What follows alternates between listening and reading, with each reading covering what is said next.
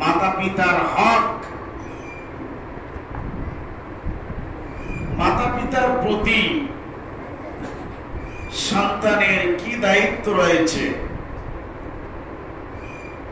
এই বিষয়টার উপরে আলোচনা করার জন্য আমাকে বলেছেন। এই বিষয়টা কিন্তু সকলেরই সুপরিচিত, ঠিক কিনা? পরিচিত না? আচ্ছা, আমি আপনাদের থেকে জানতে চাই, পৃথিবীর বুকে আল্লাহ এবং আল্লাহর রাসূলের পরে সব চাইতে সুমধুর একটি ডাক, একটি নাম, সেটি কোনটি? মা। সকলে বলেন কোনটি? মা। এর চাইতে সুমধুর ডাক আর কিছু আছে? নাই। আমি তো মনে করি আল্লাহ এবং আল্লাহর রাসূলের পরে মা শব্দটার চাইতে, বাবা শব্দটার চাইতে আকাশ এবং জমিনের ভিতরে, আকাশের নিচে আর কোন ডাক হতে পারে না। সত্য না? এই বিষয়টা শুধু মানব জাতির জন্যই নয়।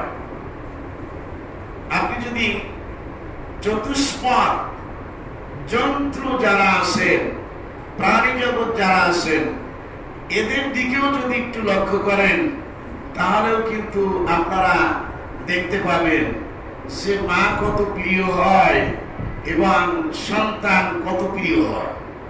কি অনুভব করা যায় কিনা? যায়। অনুভব করা যায়। যায়। বর্তমান প্রেক্ষাপটের সাথে আপনি আমি একটু মিলিয়ে নেই।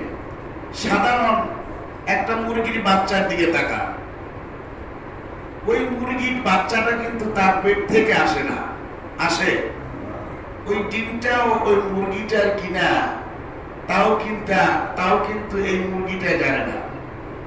সাধারণ কিছুদিন এই ডিমের উপরে বসে থেকে তা দেয়, তাপ দেয়, যেটাকে সরাসরি বলা হয়। এরপরেও যখন বাচ্চা নিয়ে মুরগিটা বের হয়, আপনার আমার বাড়ির সামনে নামে, আপনাদেরকে একটু ট্রাই করার জন্য বলছি, একটা বাচ্চা আপনি একটু ধরবেন, দেখবেন বাচ্চার মা কি করে, মুরগিটা কি করে, দেখবেন।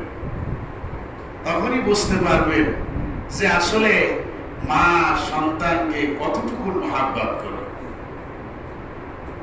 শুধু এটাই নয়, মুরগিটা যখন কোন পশু পাখি চিনের আওয়াজ যখন তার কানের ভিতরে ভেসে আসে, এরপরেই দেখা যায় এমন ভাবে মুরগির বাচ্চাগুলি তিনি দুইটা ডানার ভিতরে গুটিয়ে নেয়। সব কিছু দুনিয়ার দেখতে পাওয়া যায়, কিন্তু একটা মুরগির বাচ্চা ওই জায়গার ভিতরে দেখা যায় না। এমন ভাবে আরাম করে নিয়ে যায় যেন কেউ যেন না দেখতে পায়। এর মানে মুরগিটা বুঝাইতে চাইলো যে আমার জীবনটা চলে যাক, কিন্তু আমার বাচ্চাদের আমি কিছু হতে দেব না, দিব না। তাইলে বুঝলাম আমরা এই বিষয়টা শুধু আমরা মানুষ আমাদের সাথেই জড়িত নয়, সমস্ত প্রাণী জগতের সাথেও বিষয়টার একটা জড়িত আছে। কি আছে কিনা? আছে। সব প্রাণী দেখবেন আপনারা। খাবার খাওয়ায় কিভাবে, কবুতরের দিকে তাকাবেন, অন্যান্য হাতির দিকে তাকাবেন, গরু বাছুরের দিকে তাকাবেন।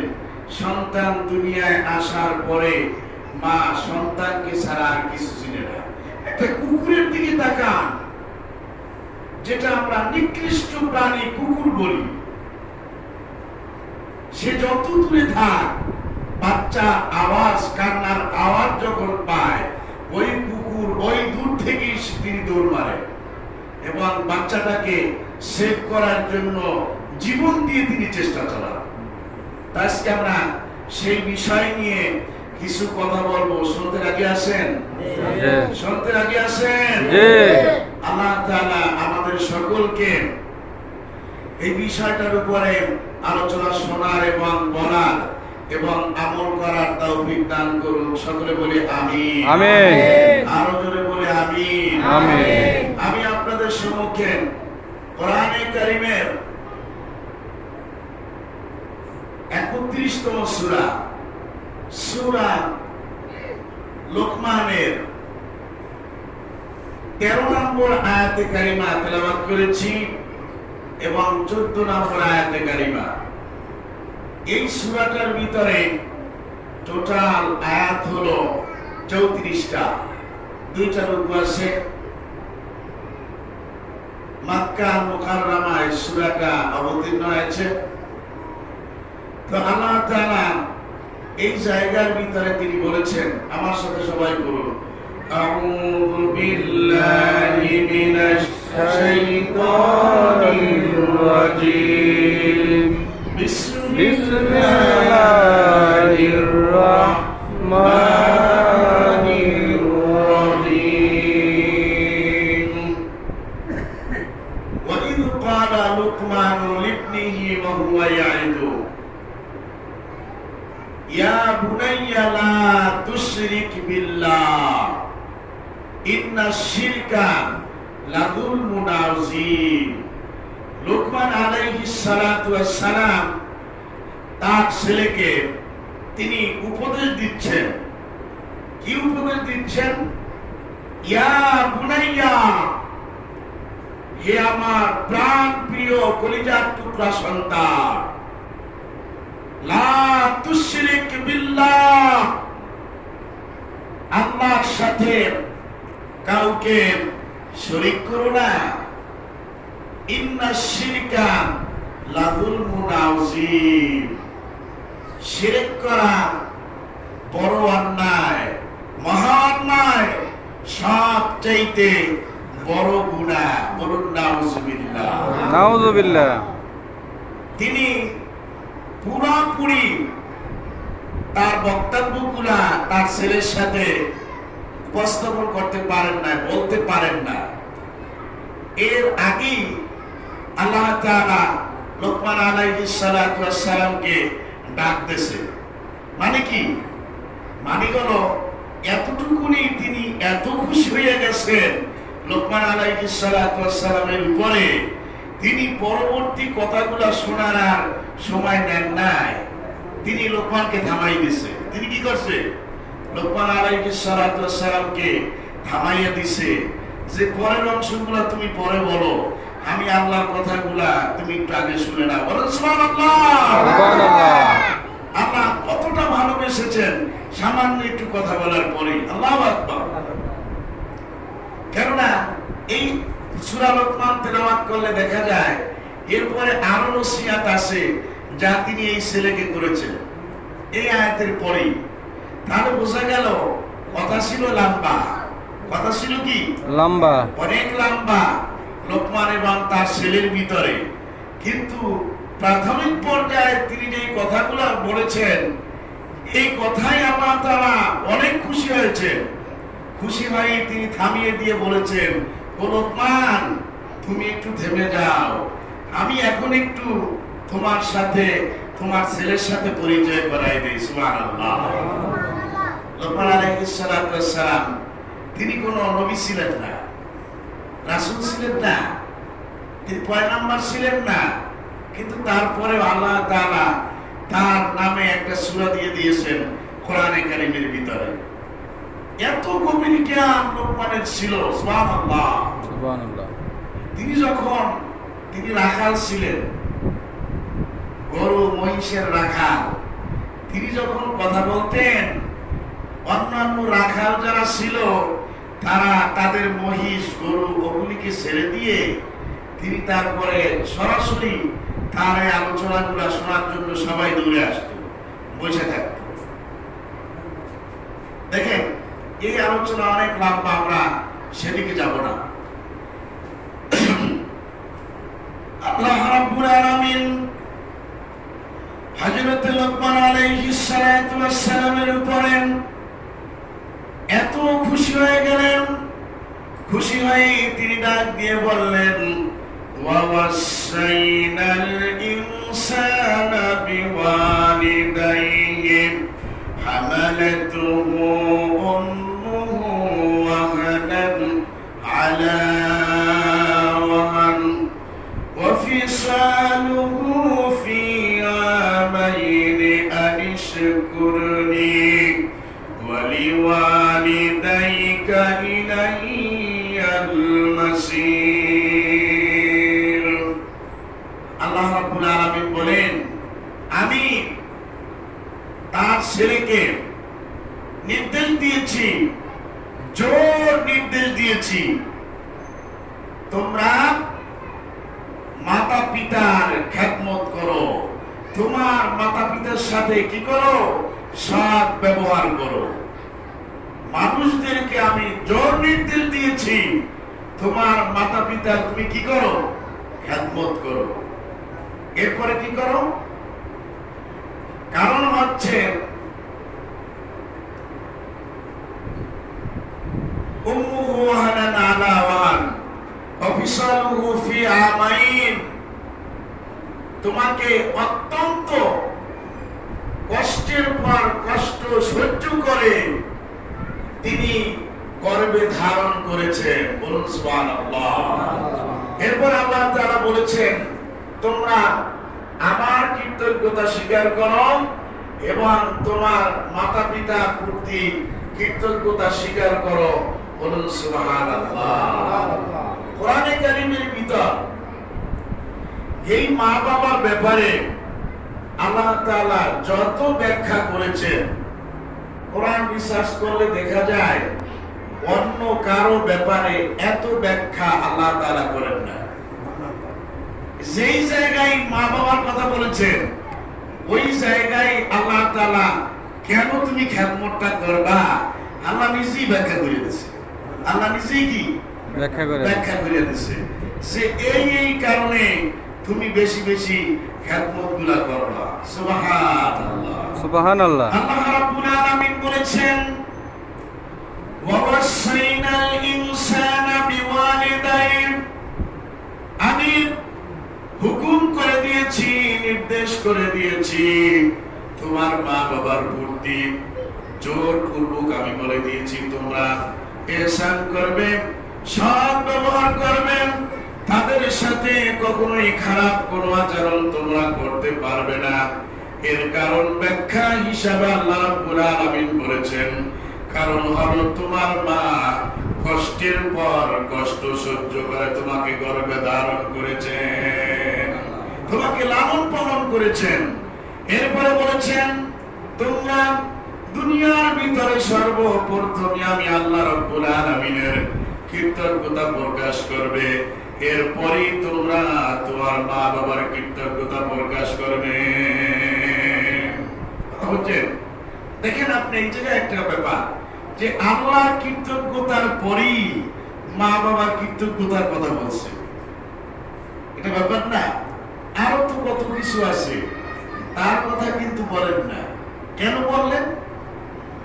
আল্লাহ রাব্বুল আলামিন জানেন একজন মানুষ মায়ের গর্ভের ভিতরে যখন থাকে, আমি আল্লাহ রাব্বুল আলামিন মায়ের গর্ভের ভিতরে বসে বান্দা কি খাবে, কেমন করে তিনি ওই জায়গার ভিতরে বড় হবে, তার প্রত্যেকটা অঙ্গ প্রত্যঙ্গ 40 দিন পরে পরে আমি আল্লাহ রাব্বুল আলামিন সব কিছু অ্যাডজাস্ট করে দেই, সব কিছু আমি আল্লাহ রাব্বুল আলামিন তাকে ফিট করে দেই। এরপরে দুনিয়ার ভিতরে আসার পরে ওর মা বাবা ওকে নিয়ে যতটুকু লালন পালন করে কষ্ট সহ্য করে, এতটুকু কষ্ট দুনিয়ার ভিতরে আর কেউ করে না। কেউ কি আসে কিনা দুনিয়ার ভিতরে আসার পরে সর্বপ্রথম এই সন্তানটাকে নিয়ে মা যতটুকু কষ্ট করে, বাবা যতটুকু কষ্ট করে, দুনিয়ার অন্য কোন মানুষ এতটুকু কষ্ট করে না। সন্তান পৃথিবীতে এসেছে, এরপরেই মা যখনই একটা কান্নার আওয়াজ শুনতে পায়, একমাত্র মাই তখন বুঝতে পারে যে আমার সন্তানের ক্ষুধা লেগেছে, ওকে এখন খাবার দেওয়ার প্রয়োজন। দুনিয়ার আর কেউ কি এই কথাটা বুঝতে পারে না? আর কেউ বুঝতে পারে? আর কেউ এই কথাটা বুঝতে পারে না। দেখেন, অনেক জায়গায় আল্লাহ তাআলা এই মা বাবার কথা বলেছেন যে মা বাবা তোমাকে নিয়ে কি করে, কত কষ্ট করে, সব কিছু আল্লাহ তাআলা কোরআনে কারীমের ভিতরে খুলে খুলে তিনি বর্ণনা করে দিয়েছেন। আল্লাহ রাব্বুল আলামিন এই জায়গার ভিতরে বলেছেন, মা তোমাকে কষ্ট সহ্য করেন, গর্ভ ধারণ করেছেন, লালন পালন করেছেন, কিন্তু অন্য জায়গার ভিতরে আল্লাহ রাব্বুল আলামিন বলেছেন কত মাস পর্যন্ত তোমাকে নিয়ে কষ্ট সহ্য করেছেন, লালন পালন করেছেন। আল্লাহ তাআলা বলেছেন, ওয়াসাইনাল ইনসানা বিওয়ালিদাইহি ইহসানা হামালাতুহু উম্মুহু কুরহাও ওয়া ওয়াদাআতুহু কুরহা ওয়া হামলুহু ওয়া ফিসালুহু 30 শাহরা। আল্লাহ রাব্বুল আলামিন বলেন, আমি মানব জাতিকে আমি আদেশ করেছি, জোরপূর্বক তাদেরকে বলেছি তারা যেন তার মা বাবার খেদমত করে, তাদের উপরে ইহসান করে। কারণ হলো তোমার মা তোমাকে অনেক কষ্টের পর কষ্ট সহ্য করেন, লালন পালন করেছেন, কতদিন পর্যন্ত, কত মাস পর্যন্ত তোমাকে লালন পালন করেছেন, তাও আমি বলে দিলাম। ওয়াহান্নুহু ওয়া ফিসালুহু 30 শাহরা, 30 মাস পর্যন্ত তোমার মা তোমাকে নিয়ে লালন পালন করেছে। তোমাকে গর্ভে ধারণ করা এবং দুধ পান করাতে তোমার মায়ের সময় লেগেছে 30 মাস। কত মাস? 30 মাস লেগেছে গর্ভধারণ এবং দুধ পান করানোর সময় আল্লাহ তাআলা নির্ধারণ করে দিয়েছে। এখানে একটা প্রশ্ন, দুধ পান করায় সন্তানকে 2 বছর, কত বছর? 2 বছর। 2 বছর। আর 2 বছরে কত মাস হয়? 24 মাস। 24 মাস। বাকি থাকে কত মাস? 6 মাস। 6 মাস। তো প্রশ্ন আসে, হুজুর 6 মাসে তো সন্তান গর্ভ হয় না, প্রসব হয় না। আমরা তো সচরাচর জানি যে সন্তান ডেলিভারি হয় 10 মাস 10 দিনে। তা আপনি এখানে 30 মাস হিসাব করলেন কেন? কোরআনে কারীম বলেছেন যে একটা সন্তান দুনিয়ায় আসার জন্য মায়ের গর্ভের ভিতরে 6 মাসই যথেষ্ট। কয় মাস? 6 মাস। 6 মাস থেকে 10 মাসের ভিতরে যে কোনো সময় এর ভিতরে সন্তান দুনিয়ার ভিতরে আসতে পারে।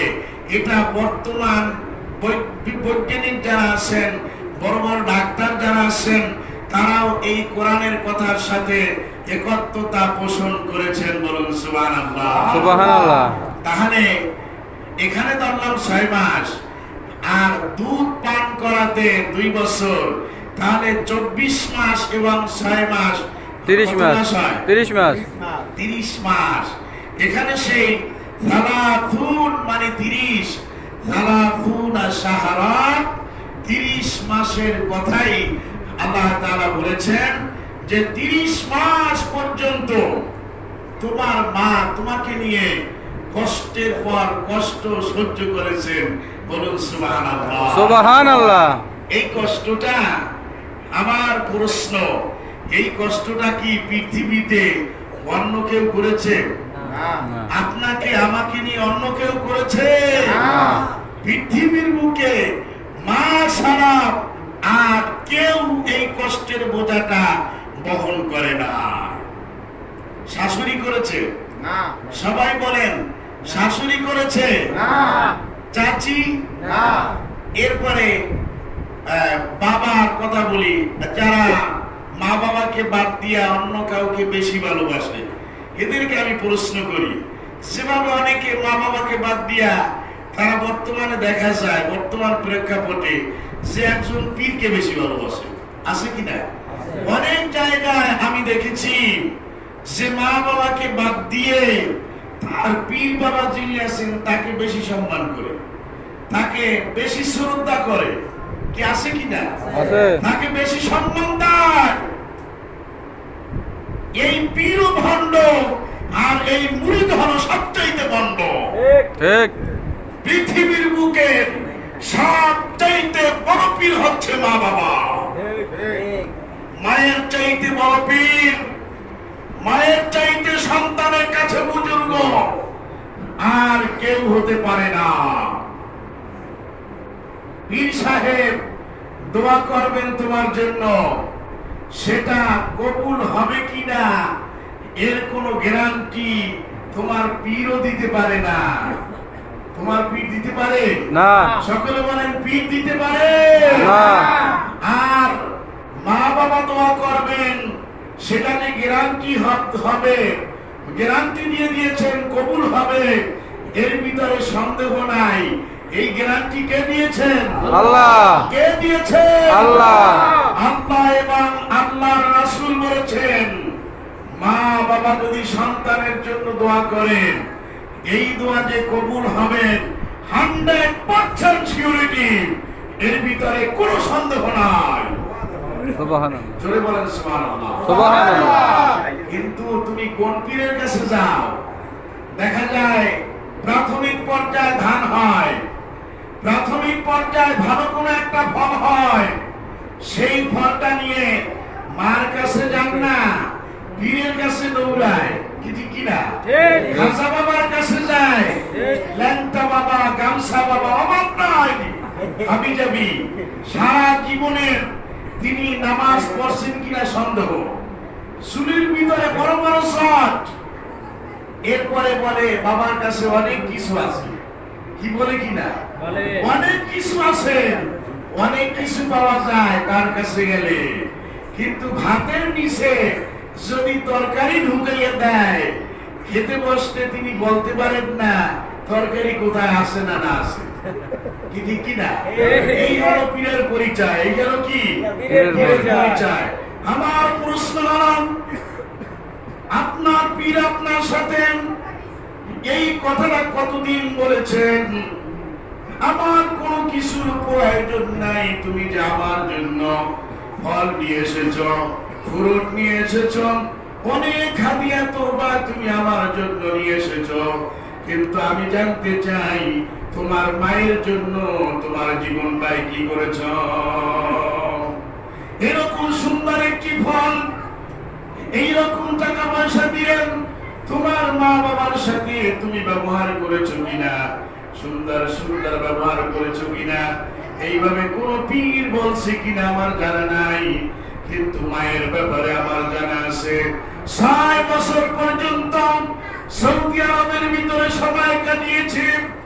যখন অন্য কোন বন্ধু বান্ধবের সাথে ফোন দিতাম, বন্ধু বান্ধব বলতো, ভাই আমার একটা বড় মোবাইলের প্রয়োজন, আমার একটা এই জিনিসের প্রয়োজন, লাইনের প্রয়োজন, মোবাইলের প্রয়োজন, আমার ঘড়ির প্রয়োজন, একটা ভালো কম্বলের প্রয়োজন। কিন্তু যেই দিনকার আমি মায়ের সাথে যখন ফোনটা দিতাম, একমাত্র মা আমাকে ডাক দিয়া বলতো, বাবা তোর শরীরের কি অবস্থা? মা ডাক দিয়ে বলতো, কোন সময় খেয়েছো, কোন সময় তুই খাও নাই? তখন তুই চোখের পানি রাখতে পারতাম না, মনের বুঝতে তখনই পৃথিবীর ভিতরে সবচাইতে যদি আপন কোন মানুষ থাকে, আমার মা বাবা ছাড়া আর কেউ নাই। পৃথিবীর ভিতরে আপন যদি কেউ থাকে, তিনি হচ্ছেন একমাত্র আমার বাবা। আমার মা তখন বুঝতে পারত আমি নিজে পরীক্ষিত। আমি 6 বছর পর্যন্ত সৌদি আরবে ছিলাম। একটা দিন যখন ফোন না দিতাম, মা আমাকে পরের দিন ফোনের পর ফোন দিয়ে বিরক্ত করত। আর বলতো, একটা দিন যদি ফোন না দাও, আমার কলিজাটা শুকিয়ে যায়, আমি আর বসতে পারি না, হাঁটাচলা করতে পারি না, কাজ করতে পারি না, আমার মন ডাক নাই তোর কিছু হয়ে গেল কিনা। আবার দেখেছি যদি কোনো সময়ের ভিতরে জ্বর এসে যেত, কোনো সময়ের ভিতরে যদি অসুস্থ হয়ে পড়তাম, কোন ভাই কোন বোন আত্মীয় স্বজন কেউ আমাকে আগে ফোন দিত না, কিন্তু মা ফোন দিয়ে বলতো তোর কিছু হয়েছে কিনা। আমার কলিজাটা আজকের যেন ছটফট করতেছে। এজন্য এই কবি বলেছেন, বিদেশে বিপথে যাহার ছেলে মারা যায়, পাড়া পড়শি না জানিতে আগে জানে ভাই। কথাটা সত্য। সন্তানের যদি কোনো কিছু হয়ে যায়, মা যত দূরত্ব থাকুক না কেন, মায়ের কলিজার ভিতরে একটা টান লেগে যায়। ও যুবকেরা, আমি যুবকদেরকে বলছি, মা বাবা ছেড়ে কার পিছনে তোমরা ছুটেছ, কার পিছনে তোমরা দৌড়দৌড়ি করতেছ? আল্লাহ তাআলা বলেছেন মায়ের খেদমত করো। কার খেদমত? মায়ের খেদমত করো। শ্বশুর শাশুড়ির খেদমতের কথা বলে নাই। কিন্তু আজ দেখা যায় সন্তান যখন বিবাহ করে তখন মা বাবার লাগে না। মা বাবা কি লাগে না? কেননা তখন শ্বশুর শাশুড়ি হয়ে যায় তার আসল মা বাবা। কি হয়ে যায়? শ্বশুর শাশুড়ি কি মা বাবা, আসল মা বাবা হয়ে যায়। সবচেয়ে কলিজার টুকরা নয়নের মণি হয় তখন তার স্ত্রী। স্ত্রী যা বলে, এমনও কুলাঙ্গার সন্তান পৃথিবীতে আছে, স্ত্রী যা বলে স্ত্রীর কথা ছাড়া পশ্চিম পূর্ব দিকটা মনে করেছিলেন না। এমন সন্তান আছে যখন বলে এদিকে পূব, আজকের এইদিকে পূব না, আজকের কি এইদিকেই পশ্চিম, তুমি ভুল বলছো, তখন নাম নাম নাম নাম করে এরকম। কি বলবো, সত্যটা বলবো না বউর কথা বলবো, শেষ পর্যায়ে নাম নাম নাম নাম করে বলতেছে হ্যাঁ তোমারটাই সঠিক। কত বড় কুলাঙ্গা চিন্তা করতে পারে আছে কিনা? আরে একবারের জন্য চিন্তা করল না, একটা বারের জন্য চিন্তা করল না। সে আমার মা বাবা যদি একটু হাত উঠিয়ে দেয়, একবার যদি তারা বলে, তাদের নিঃশ্বাস যদি আমার পুট্টি পড়ে যায়, তাহলে আমি তো দুনিয়া এবং আখিরাতে আমার জীবনটা বরবাদ হয়ে যাবে, আমি ধ্বংস হয়ে যাব। এই কথাটা কার? নবীজির। কার? নবীজির। নবীজি বলেছেন তিন ব্যক্তির দোয়া নিঃসন্দেহে কবুল হয়, তিন ব্যক্তির বদদোয়াটাও নিঃসন্দেহে কবুল হয়ে যায়। আল্লাহর নবী বলেছেন থালাতু দাওয়াতুম মুস্তাজাবাতুল লা শাক্কা ফীহিন্না ওয়া দাওয়াতুল মাসলুম ওয়া দাওয়াতুল মুসাফির ওয়া দাওয়াতুল ওয়ালিদি আলা ওয়ালিদিহি। তিন ব্যক্তির দোয়া এবং বদদোয়া নিঃসন্দেহে কবুল হয়ে যায়। এক নম্বরে হচ্ছেন মাসলুম, অত্যাচারিত ব্যক্তি। তিনি যদি অন্যায়ভাবে অত্যাচারিত হয়ে থাকেন, মাসলুম হয়ে থাকেন, তিনি যদি আল্লাহর দরবারে দুটি হাত তুলে দেন আর আল্লাহর কাছে বদদোয়া করেন, দোয়া করেন, সেই দোয়াটা আল্লাহ রাব্বুল আলামিন কবুল মঞ্জুর করে নিয়ে যায়। দ্বিতীয় নম্বর হলো মুসাফির ব্যক্তি, যিনি আল্লাহর রাস্তায় সফরের উদ্দেশ্যে নেমেছেন, তিনিও যদি আল্লাহর দরবারে দোয়া এবং বদদোয়া করেন, সেটাও আল্লাহ পাক কবুল করে নিয়ে যান। তৃতীয় নম্বরে হচ্ছে মা যদি সন্তানের জন্য দোয়া করে, মা যদি সন্তানের জন্য বদদোয়া করে, সেটাও আল্লাহর দরবারে কবুল হয়ে যায়। আপনি যত বড়ই বুজুর্গ হন না কেন, যত বড়ই আলেম হন না কেন, যত বড়ই মুহাদ্দিস হন না কেন, যত বড়ই শিক্ষিত হন না কেন, যত বড়ই ইমাম সাহেব হন না কেন, আপনি যত বড় অনেক কিছু হন না কেন, কিন্তু মা বাবার মনের ভিতরে এক বিন্দু পরিমাণে যদি কষ্ট দেন, এক বিন্দু পরিমাণেও যদি আপনি ব্যথা দিয়ে থাকেন, মায়ের কলিজার ভিতরে যদি আঘাত লেগে যায়, ওই ওইটা বদদোয়ায় পরিণত হয়ে যায়। দুনিয়ার ভিতরে আপনি কখনোই শান্তি পাবেন না। আল্লাহর নবীর একজন সাহাবী ছিলেন হযরত ইকরামা রাদিয়াল্লাহু তাআলা আনহু। মৃত্যু মুখে যখন পতিত হলেন, তার মুখের ভিতরে কালিমা তাইয়্যিবা জারি হচ্ছে না। সাহাবায়ে কেরামরা চলে গেলেন, তারা যখন কালিমার তালকিন দিলেন, তিনি কালিমা পড়তে পারেন না। আল্লাহর নবীর নিকটে সাহাবায়ে কেরামরা আসলেন আর বললেন, ইয়া রাসূলুল্লাহ, ইয়া হাবিবাল্লাহ, আমরা ইকরামাকে এত কালিমার তালকিন দেই, কিন্তু কালিমা পড়ছে না। আলকামা রাদিয়াল্লাহু তাআলা আনহুকে কালিমার তালকিন দেওয়া হচ্ছে, তিনি কালিমা পড়তে পারেন না। আল্লাহর নবী হযরত আলী, হযরত আবু বকর, হযরত ওমরকে পাঠিয়ে দিলেন, তোমরা যাও। হযরত আবু বকর আসলেন, হযরত ওমর আসলেন, হযরত আলী রাদিয়াল্লাহু তাআলা আসলেন। তারা যখন কালিমার তালকিন দিলেন, তিনি হাত দিয়ে ইশারা করে দেন আর বলতেছেন, আমার মুখ দিয়ে কালিমা তাইয়্যিবা জারি হয় না। তিনজন সাহাবী নবীজির দরবারে চলে গেলেন। নবীজি আবার নিজে আসলেন, আর তিনি যখন বললেন, ও আলকামা, কালিমা তাইয়্যিবা বলো। নবীজি দেখতে পেলেন আলকামার চক্ষু দিয়ে দরদর করে পানি ছেড়ে দিচ্ছে, আর হাত দিয়ে ইশারা করে দিচ্ছে, ইয়া রাসূলুল্লাহ, আমার মুখের ভিতরে কালিমা জারি হচ্ছে না, আমি বুঝি ঈমান হারা হয়ে দুনিয়ার থেকে বিদায় নিব। আল্লাহর নবী বললেন, আলকামার মা কোথায়? তার মা যখন আসলো, কোনো কথা বললেন না।